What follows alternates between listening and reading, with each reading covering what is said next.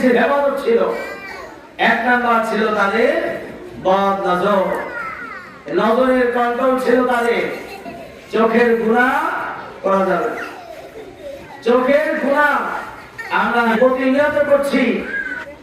এক নাম্বার গুনাহ মুক্ত হতে হবে চোখের গুনাহ থেকে।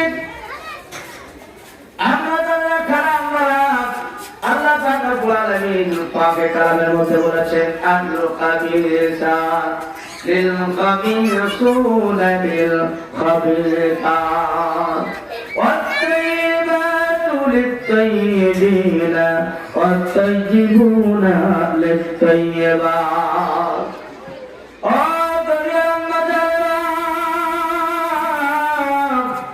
ভালো স্বামী যদি পেতে চাও, ভালো জিনিস যদি পেতে চাও, ভালো পাত্র যদি পেতে চাও, ও আমার ভাইরা, আমার বোনেরা, ভালো স্ত্রী যদি পেতে চাও, ভালো স্বামী যদি পেতে চাও, যদি আপনি দোকানে কিনতে যান, একটু মধু কিনতে যান, ঘি কিনতে যান, ঘি কেনার জন্য টাকার বিনিময়ে ঘি নেবেন, টাকার বিনিময়ে মধু ক্রয় করবেন, কিন্তু ওই টাকা কিনে টাকার বিনিময়ে মধু ক্রয় করার জন্য, ঘি ক্রয় করার জন্য টাকা দিয়েছেন, কিন্তু দোকানদার দেখছেন আপনার হাতে যে পাত্র নিয়ে আসছেন, এই পাত্রটা হলো ময়লা, চুলের খুঁটি, ময়লার খুঁটি, ও ময়লা পাত্র নিয়ে ঘি কেনা যাবে না, মধু ক্রয় করা যাবে না।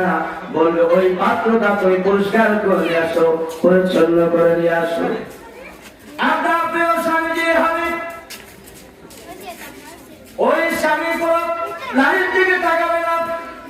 পুত পবিত্র একটা নারী স্বামী যদি পেতে চান, আপনাকে পুত পবিত্র হতে হবে। আপনি তার একজন প্রিয় স্বামী পাবেন, পাত্র, আপনি পুত পবিত্র স্বামী পাবেন। যেমন ওই খারাপ জায়গা, ওই অপরিষ্কার করা জায়গাতে ঘি পাওয়া যাবে না, মধু পাওয়া যাবে না। তেমনি আল্লাহ পাক বলেন আল খাবিসাতু লিল খাবিসিনা ওয়াল খাবিসাত। তোমার একটা যদি চরিত্র যদি তোমার ভালো না থাকে, তাহলে তুমি চরিত্রহীন, তুমি পুরুষ পাবে, এর মধ্যে কোনো সন্দেহ নাই। ফেরাউনের স্ত্রী কেমন করে আসতে হলো? ফেরাউনের স্ত্রী আশ্রয়ের জন্য হয়েছে। ফেরাউনের কয়েকটা গুণ ছিল, তার মধ্যে একটা গুণ ছিল, ফেরাউন জীবনে কোনদিন কোন নারীর দিকে কোন নজরে কোনদিন তাকায় নাই। একজন কাটটা বেঈমান, কাটটা মুশরিক, কাটটা কুখ্যাত একটা সন্ত্রাস হয়েও ওই কাফের মুশরিক জীবনে কোনদিন বেগানা নারীর দিকে খারাপ নজরে, জিনার নজরে, জিনার চোখে তাকায় নাই। এটা তার একটি দিক ছিল। দুই নম্বর দিক ছিল তার যে ঘরের যে মা ছিলেন, বৃদ্ধা মা, এই বৃদ্ধা মাকে খুদা ভজনের মতো ভজন করতো। সে চিন্তা করতে মারিয়ামা দোয়ার খনি, মারিয়ামা সব এই মায়ের দোয়া ছিল, যার কারণে মুসা আলাইহিস সালাম অধিকাংশ সময় আল্লাহর কাছে আরজি করছেন, আল্লাহ ফিরাউনকে এত অবান্ধা, এত দিনদ্রোহী আমার বিরুদ্ধে করে, একে তাদের ধ্বংস করে দাও। তাকে ধ্বংস করতে দেরি করেছেন এই কারণে, এক নাম্বার ছিলেন মেয়েদের দিকে তাকায় নাই, দুই নাম্বার ছিলেন সে কোন সময় মায়ের সাথে কোন সময় খারাপ কথা বলে নেই, মাকে অযত্ন করেন, মাকে সবসময় আদর করতেন, মহব্বত করতেন, যত্ন করতেন, ধারাধরা ড্রাইভার, এমনকি তাকে ওরে কাকে উঠাইয়া বিভিন্ন জায়গায় দিয়েছেন বুড়া এই বৃদ্ধা মাকে। তিন নম্বর, তার ঘরে ছিলেন একটা এতিমখানা। এই এতিমখানা যদি আপনার নষ্ট করে দেয়, খাওয়া বন্ধ করে দেয়, তাহলে হয়তো গজবটা আসবে।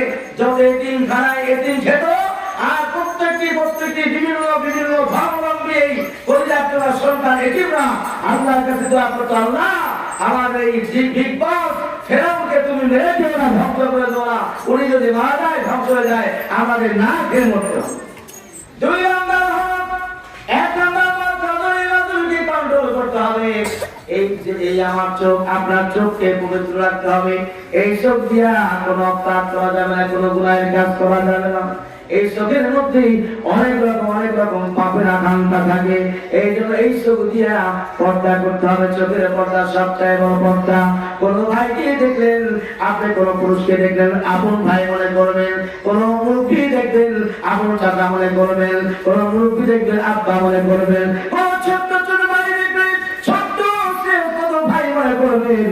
আমার কলেজার সন্তান মা বোনদের তেমনি বলছি, আমার ভাইরা যারা আছে তাদেরকে বলছি, আপনার নিজের দিকে যেমনি ভাবে থাকেন তেমনি অন্য কোনো নারীর দিকে তাকানো যাবে না। নারীকে দেখতে কোন মনে করতে হবে, মা মনে করতে হবে, খানা মনে করতে হবে, ভুবা মনে করতে হবে, বৃদ্ধা বয়স্ক মুরব্বী দেখলে দাদি মনে করতে হবে, নারী মনে করতে হবে। আল্লাহর হস্তে এই চোখের জিনা থেকে ইবাদত করতে হবে। 2 নাম্বার জবানি, এই জবানের ইবাদত করতে হবে। এই জবানের মধ্যে দেখেন, এই জবান দিয়া আল্লাহ পাক মুখ খানা দান করলেন। এই মুখ খানা দিয়া সুবহানাল্লাহ তাসবিহ তেলাওয়াত করার জন্য দান করেছেন, জিকির করার জন্য দিয়েছেন।